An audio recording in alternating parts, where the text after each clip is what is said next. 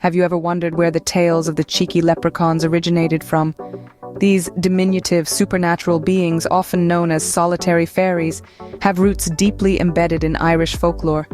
They are typically depicted as little bearded men, indulging in all sorts of mischief, always ready to play a prank or two. Their solitary nature is a distinctive characteristic, setting them apart from other mythical beings. But don't let their mischief fool you. These little men are hard workers. Their primary occupation? Cobbling shoes? Yes, you heard it right. These solitary creatures are often seen mending their shoes, a result of their constant running about. The frequent need for shoe repairs provides the perfect opportunity for humans to capture them. And legend has it, if you capture a leprechaun, he must grant you a wish, often in the form of supernatural wealth. So, these solitary creatures have been a part of Irish folklore for ages, with their iconic roles as shoemakers and their love for mischief. Did you know that leprechauns haven't always been associated with the color green? In the early depictions, their attire varied depending on their location in Ireland. Before the 20th century, it was generally accepted that leprechauns wore red, not green. Samuel Lover, in his writings from 1831, portrayed the leprechaun as a dandy in his attire, donning a red square-cut coat, lavishly laced with gold, and an inexpressible of the same, complete with a cocked hat, shoes, and buckles. Similarly, Yeats described the solitary fairies like the leprechaun wearing red jackets, while the trooping fairies were seen in green.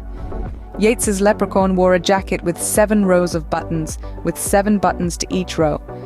And when the leprechaun was up to his mischievous antics, he'd leap onto a wall and spin, balancing himself on the point of his hat with his heels in the air. So, the leprechaun's iconic green attire is a relatively new addition to this age-old mythical creature's description. Now let us explore how these mythical beings have been depicted in modern times.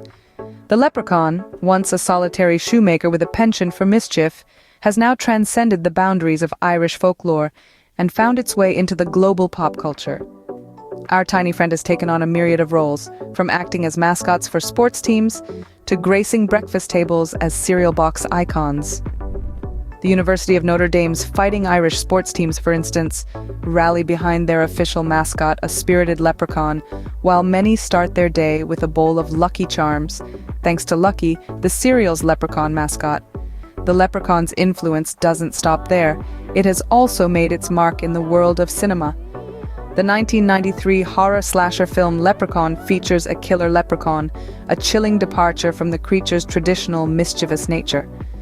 Today, the leprechaun, once a solitary cobbler, has taken on a whole new life, captivating audiences worldwide in various forms of media. So, what have we learned about the journey of the leprechaun through time?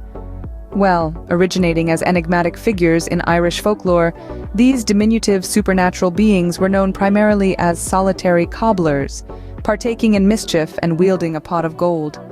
Their appearance, initially varying across Ireland, gradually standardized to the familiar image of little bearded men in red jackets, richly laced with gold.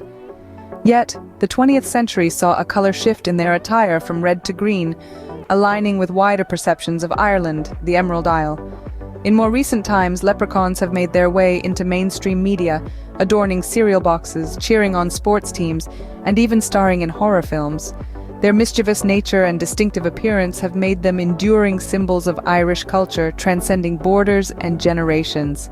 From solitary cobblers to mischievous mascots, the leprechaun has truly had a fascinating journey through the annals of time, captivating the hearts and minds of people across the globe.